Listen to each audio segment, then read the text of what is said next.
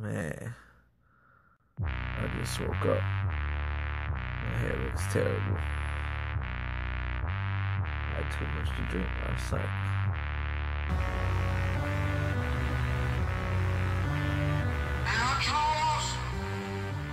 Alright, so basically, what your life is going to be like when you get here is you're going to be in a hotel because they officially closed the dorms completely. It's a pretty nice hotel. And you get complimentary breakfast every morning, and then the school caters dinner from Black Eyed Peas, so it's pretty good. All you really need to do is worry about lunch, if you even need that. A lot of people just lived off the 2 meals a day. The first $500 that they promise you in a bonus, you do get that Friday after you pass your test, but it's on a gift card. And it's almost impossible to take the money off and get cash, and you can't really pay bills with it because there's no name on the card or anything like that. It's just a gift card. But it does have the MasterCard logo. You can use it at any restaurant, anything like that. Just don't expect to pay bills with it. So the first couple days, you're not really going to do anything. They just leave you there in the quiet to study. You're basically don't expect them to teach you anything. All they really do is kind of give you the answers to some of the tests, and then you have to kind of like read and study yourself. All that I did was bounce the questions off my roommate, and he bounced them back, and me and him passed before anyone else really did. So I don't know if that's the best method for everyone, but that's all we did, was we just took the answers they gave us and asked the questions back and forth. You're gonna take, I believe it's combination and the permit test the first day, but I highly recommend taking all of them day one, because you get 3 chances at it, but the school's not going to necessarily give you 3 chances. They're going to take you to the DMV 3 days. So really you're only going to get 2 chances if you don't take the other 3 tests that first day. So I highly recommend doing it. The first day I went and took the test, I took the combination permit, and then I was like, forget it, I'm just going to stay and take the other 3 because I passed the first 2. It's air brakes, general knowledge, and pre-trip. And I passed the air brakes and the pre-trip. I failed the general knowledge, which seemed to be the hard one for everyone. But yeah, I mean, don't just go get your permit and not take the other 3. Highly recommend.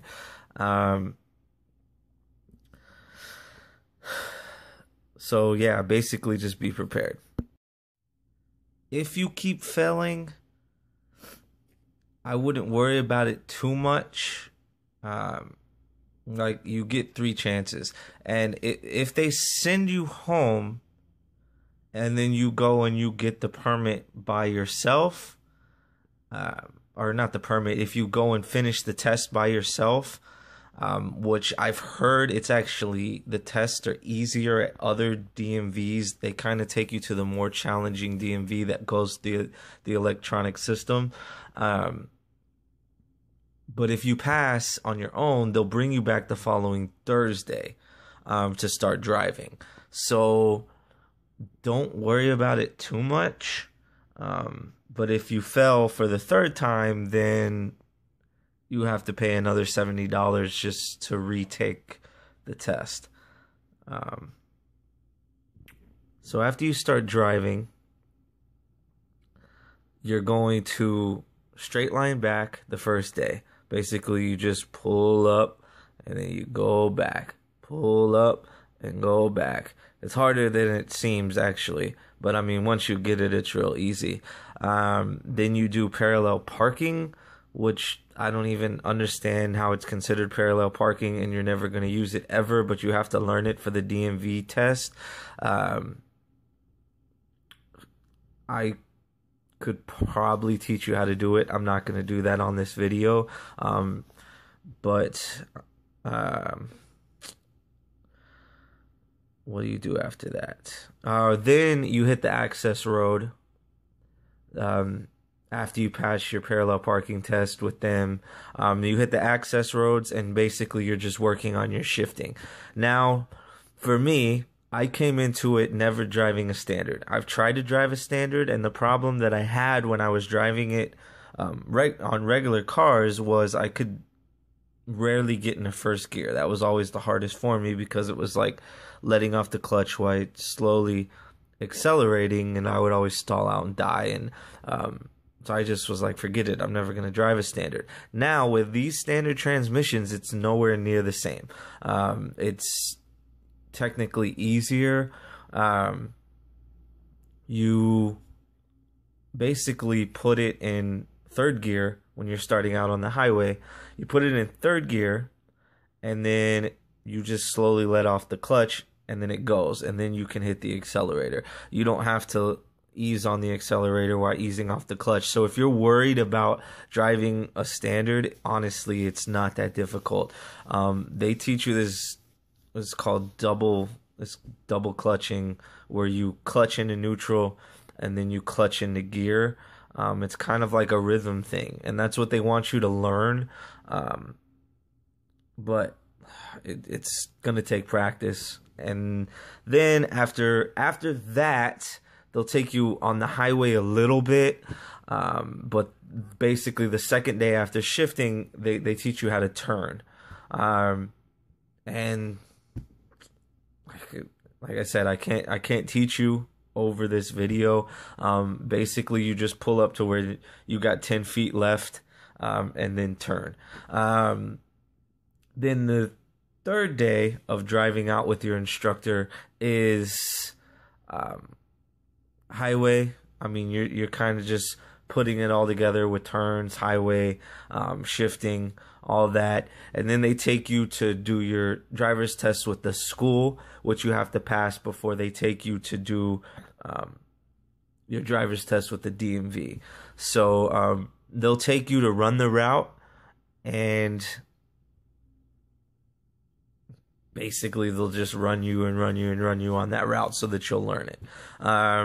Then you go to the DMV, and if you're even halfway decent, they'll pass you with a 70, and you'll be a licensed CDL driver. Honestly, it wasn't that difficult. Once I sat in there with the instructor, I even stalled the vehicle in a turn, and I still passed with, I believe it was a 76. So, I mean, it's really not that difficult.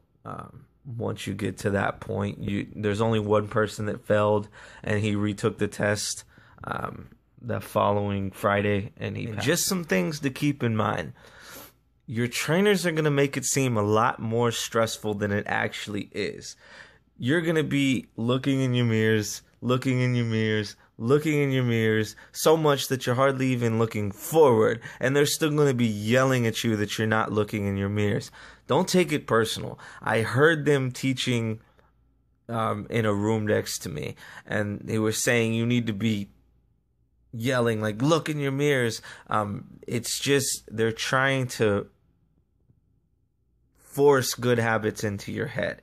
So even if you already have good habits of looking in the mirrors constantly, they're still going to enforce it. And it's depending on who your trainer is, it could be rough, but just know that they're doing it because that's what they're taught. Don't take it personal. Also, another thing you should keep in mind is it seems as if they take the better drivers, the ones that they think will are a little bit better, to the course in Redbird. Redbird seems to be the harder course. Cedar Hill, everybody passes.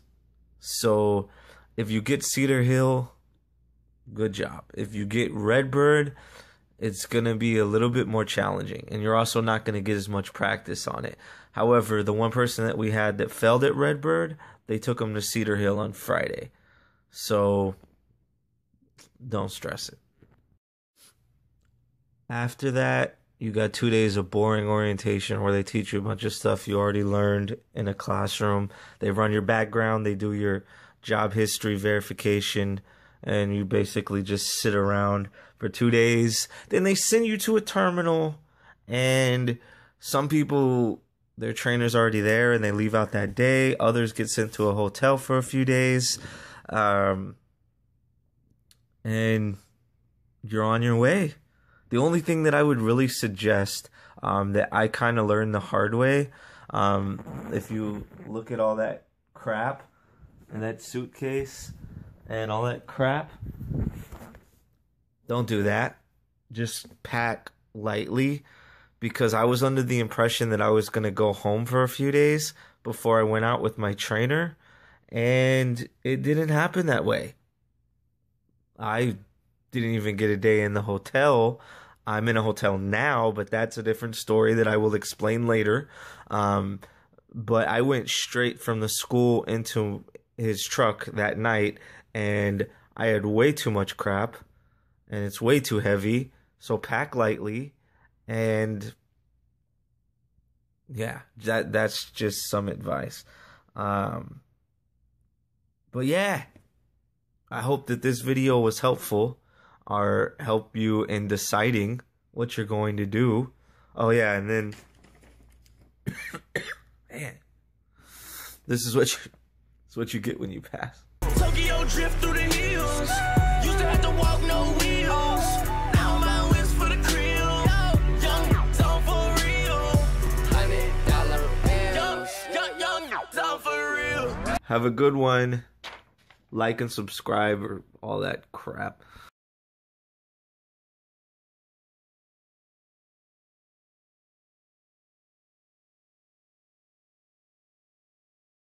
$100 bills. Young zone for real.